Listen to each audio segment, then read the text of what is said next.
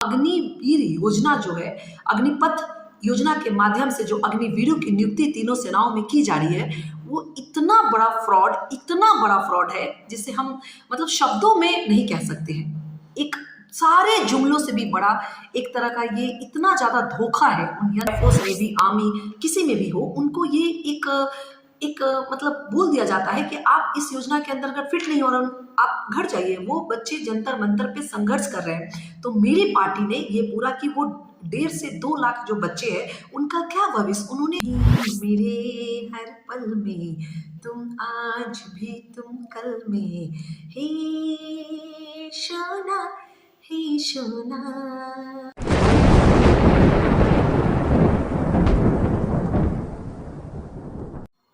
नमस्कार, मैं आरती राय आप सबका स्वागत करती हूँ आपके अपने होस्ट और दोस्त आफ्ताब परवेज के इस यूट्यूब चैनल माय डियर जिंदगी में।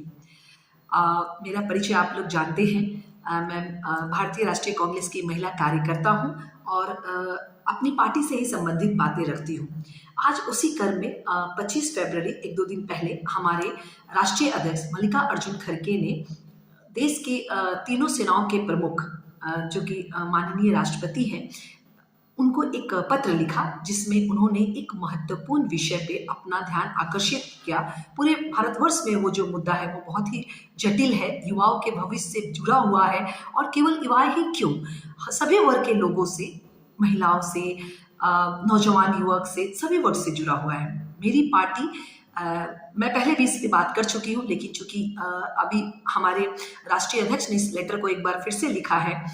इस अग्निपथ योजना की शुरुआत हमारे सशस्त्र बलों में 22 जून 2022 को किया गया। इसके पूर्व ऐसा कहा जाता है कि प्रतिवर्ष हमारे तीनों सेनाओं में से एक आंकड़े के अनुसार 70 से 75 हजार सैनिक प्रतिवर्ष रिटायर होते हैं और उसके अनुसार यदि हम देखें तो हम पाते हैं कि हमारे सेनाओं में, मतलब ये 2022 से पहले की मैं बात कर रही हूँ, कि उससे पहले प्रतिवर्ष हमारे सेनाओं में एक रेगुलर अस्थायी तौर पे तीनों सेनाओं में मिला दिया जाए तो 70 से 75 हजार एकदम नियमित रूप से, जिससे सारी सुख सुविधाएं, सारी फैसिलिटी दी जाती थी, उसके तहत उनकी नियुक्ति की जाती थी। लेकिन ये अग्निपथ योजना और उसके माध्यम से अग्निवीर जो आए, उसके आने से पूर्व जो है, ये मैंने बताया कि जैसे ये जो योजना है ये 2022 में लागू हुई, 22 जून 2022 में। लेकिन हम ऐसा पाते हैं कि हमारे तीनों सेनाओं में ये 19, 20, 21 3 साल पूर्व से ही भर्तियां बहुत कम होती थी। मैं एक अभी आंकड़ा है जिसपे हमारे अध्यक्ष मल्लिकार्जुन खड़गे ने बहुत ज़्यादा इसको महत्व दिया है। इस पूरे पत्र में उस पर बहुत ज़्यादा एम्फेसाइज किया है और एक कदम आगे बढ़ के हमारी कांग्रेस पार्टी के सबसे प्रमुख नेता जो अभी भारत जोड़ो न्याय यात्रा कर रहे हैं, आप सबको मालूम है, उसमें हमने तो, जैसा हमने कहा कि हमारे एक मैनिफेस्टो आएगा, उसमें हमने बात रखी कि मुख्य बातों में हम इसमें पूर्णजोर इस बात को उठाएंगे कि अग्निवीर योजना जो कि हमारी सेना पे एक तरह से लादी या थोपी गई, उसका मैं बात पहले भी कर चुकी हूँ। लेकिन मैं कहती हूँ कि अगर हम सत्ता में आए तो इस अग्निपथ योजना को पूरी तरह से निरस्त करेंगे और सेना से पूछेंगे कि क्या क्या हमें करना चाहिए। हम ऐसा मानते हैं कि अग्निवीर योजना जो है, अग्निपथ योजना के माध्यम से जो अग्निवीरों की नियुक्ति तीनों सेनाओं में की जा रही है, वो इतना बड़ा फ्रॉड है जिसे हम मतलब शब्दों में नहीं कह सकते हैं। एक सारे जुमलों से भी बड़ा एक तरह का ये इतना ज़्यादा धोखा है उन यंग लोगों के लिए, गरीब लोगों के लिए,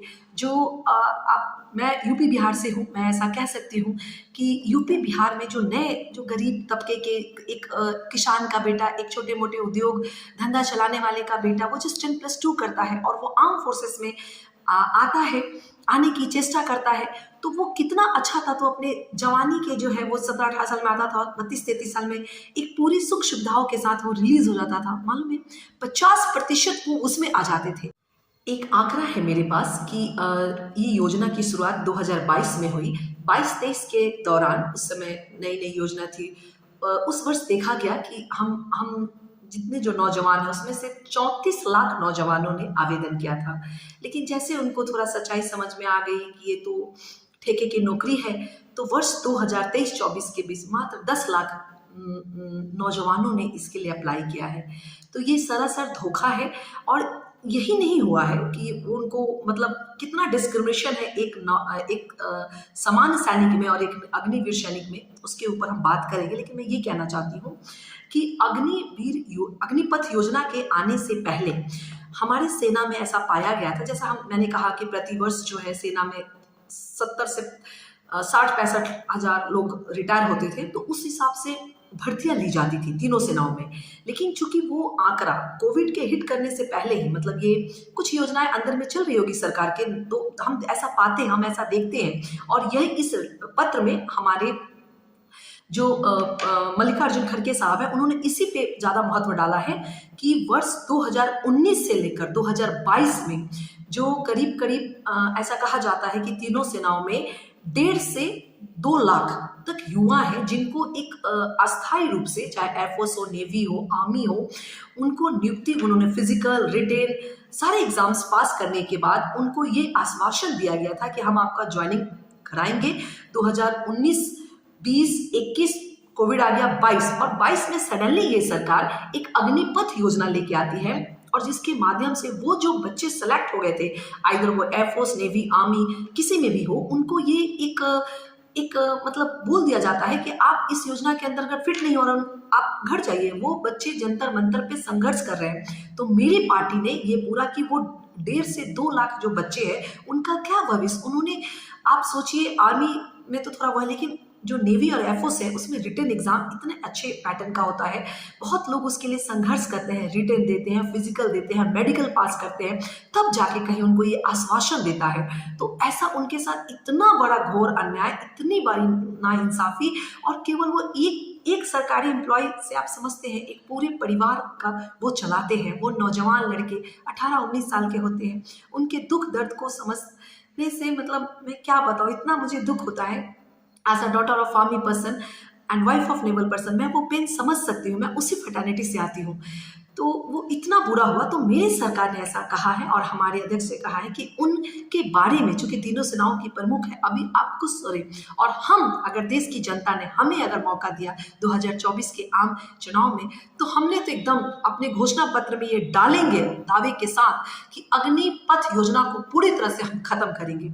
और ये जो 2019 से लेकर 2022 के बीच में जो 1.5 से 2 लाख हमारे वो जो नियमित रूप से भर्ती थे नौजवान, चाहे वो एयरफोर्स में हो, आर्मी में हो, नेवी में हो, उसके हम सेना से पूछेंगे कि उनका क्या कसूर था उनके साथ।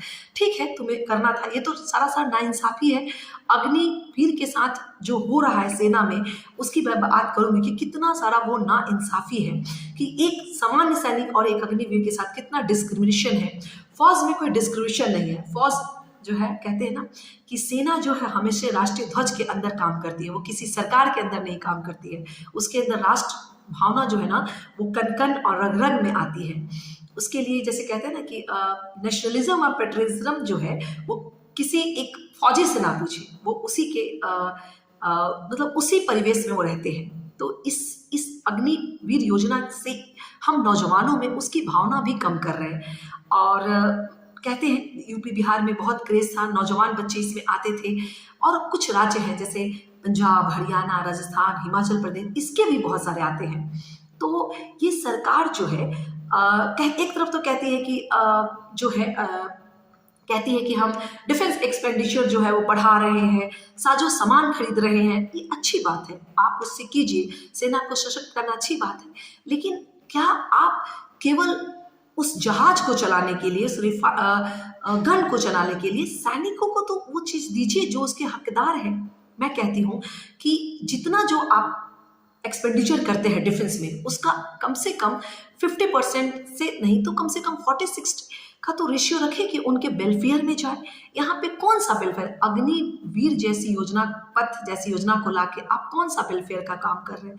इसमें हमारी सेना बहुत कमजोर है। एक आंकड़े के अनुसार, जैसा मैंने बताया कि वर्ष जो ये जो था कि प्रतिवर्ष 17,000, उस हिसाब से हम आंकड़ा लगाते हैं कि अगर इसी राव अग्निवीर के माध्यम से जो है वो 40 से 45,000 तीनों सेनाओं में लोग जा रहे हैं। तो अभी हमारे तीनों सेनाओं का जो स्ट्रेंथ है वो 13 लाख करीब है। अगर चूंकि जब वो 70-75 आते थे, तब हर साल प्रतिवर्ष जब 70-75 आते थे, तब हमारे सेनाओं का जो एस्टिमेट था वो 12-13 लाख था। लेकिन इस योजना के अंतर्गत, इस अग्निपथ योजना के अंतर्गत जो है वो कहते हैं कि 40 से 45 तकरीबन ऐसा आंकड़ा है कि आते हैं। तो उससे तो हमारे 8-10 लाख हो जाएंगे। तो जब हमारे पास सैनिक ही नहीं रहेंगे तो वो कौन सुखोई, कौन मिराज, ये सब कौन चलाएगा, किस तरह की बात होगी। ये योजना अभी जवानों में है, कल को क्या पता सरकार कुछ ऐसी आए और ऑफिसर्स में भी कुछ इस तरह का दे। तो मैं कहती हूँ कि सरासर नाइंसाफी है। और अपने 25 फरवरी को राष्ट्रपति को लिखे गए एक पत्र में हमारे राष्ट्रीय अध्यक्ष मल्लिकार्जुन खड़गे साहब ने इस पे पूर्ण जोर समर्थन किया है कि उन सैनिकों के बारे में भी सरकार को सोचे समय रहते। हम सभी जानते हैं कि यह सरकार अपने प्रचार प्रसार पे कितना खर्च करती है। सरकारी विज्ञापन के लिए यह सरकार 6,500 करोड़ खर्च करती है। अभी 2G सम्मेलन हुआ था, उसमें 4,000 करोड़ का वो उसका पूरा बजट था। अभी अपने लिए सेंट्रा विस्टा प्रोजेक्ट जो चल रहा है दिल्ली में, उसमें 20,000 करोड़ का बजट है। हाँ, देश के प्रधानमंत्री 8,500 करोड़ के 2 जहाज हैं उनके पास। और इस तरह की जो नई हमारी सांसद बनी, उस मतलब हिट जब हम कोविड काल में थे तो 1,200 करोड़ का वही प्रोजेक्ट है। तो कहते हैं कि इतना सारा जब वो खर्च कर सकती है तो क्या अपने बजट का कुछ ऐसे देश की आम जनता, नौजवान सैनिकों पे नहीं कर सकती है, जो उसके फैसिलिटीज उसको दे, उसको एक अच्छी जीवन प्रोवाइड करे, उस पर वो नहीं कर सकती। वो आप कल्पना कीजिए, पहले भी मैं बहुत बातें कर चुकी हूँ कि एक सैनिक है जो सियाचिन ग्लेशियर में एक राइफल को लिए हुए है और उसके साथ मान लीजिए, हालांकि अग्निवीर को वहाँ नहीं भेजेंगे, भी एक डिस्क्रिमिनेशन है, और वो एक अग्निवीर है, उसको हम 50-55 देंगे और उसको 30 देंगे, तो क्या वो उतना रिस्पेक्ट ला पाएगा अपने देश में सेवा करने के प्रति? ऑफ कोर्स नहीं ला पाएगा। तो ये बहुत ही गलत योजना है और मेरा ऐसा मानना है, मेरी पार्टी का भी ऐसा मानना है, और साथ खासकर उन भारतवर्ष की जनता से अनुरोध है, आग्रह है कि कृपया करके आप जब अपना मत का प्रयोग करने जाएं तो इस योजना के बारे में सोचिए कि कौन सरकार है जो इसको सही कर सकती है, कौन है जो अपने देश में प्रतिवर्ष, खासकर मैं सेना की बात कर रही हूँ, जिसमें 70 से 75,000 सैनिकों को नियमित रूप से भर्ती कर सकती है। वो भारतीय राष्ट्रीय कांग्रेस पार्टी है जो ऐसा कर सकती है। तो अपने मत का प्रयोग करने से पहले इस सारे पेंशन योजना के बारे में आप सुने। चूंकि 2024 का जनरल इलेक्शन आने वाला है, लेकिन एक बात मैं आपको सबको यहाँ याद दिलाना चाहिए, ये वर्ष 2019 का था जब हमारे देश के प्रधानमंत्री श्री नरेंद्र मोदी जी ने हरियाणा के रेवाड़ी में जनरल इलेक्शन की शुरुआत की थी, प्रचार प्रसार के लिए था, और उन्होंने कहा था कि 1 रैंक 1 पेंशन। और फिर 2022 में एक अग्निपथ योजना आती है जिसमें नो रैंक नो पेंशन। तो जो सरकार 1 रैंक 1 पेंशन की बात करती थी वो यहाँ तक आ गई कि नो रैंक नो पेंशन। तो और इसमें मतलब बहुत ही ज़्यादा कोई इसी तरह का कोई मतलब बहुत बहुत ज़्यादा ये बुरा है। मैं कहती हूँ, आम जनता से अनुरोध करती हूँ कि वो इस योजना का जरूर बारे में सोचें। हमारी पार्टी तो इसका बहुत ज़्यादा विरोध करती है। इसी सिलसिले में मैं अपनी बात को समाप्त करती हूँ। और आप सब जानते हैं कि मैं एक गाना गुनगुनाती हूँ, और जो मैं गुनगुनाऊंगी प्यार मोहब्बत का गाना है। एक हैवी टॉपिक से एक छोटी सी लाइट मूड हो जाता है, और मैं उसमें ये कहना चाहती हूँ कि गाना है, तुम्हें पता तो होगा तुम्हीं पे मैं फिदा हूँ, तुम्हें है जब से चाहा फिजाओं में उड़ता हूँ, तुम्हीं मेरे हर पल में, तुम आज भी तुम कल में, हे सोना, हे सोना। Thank you.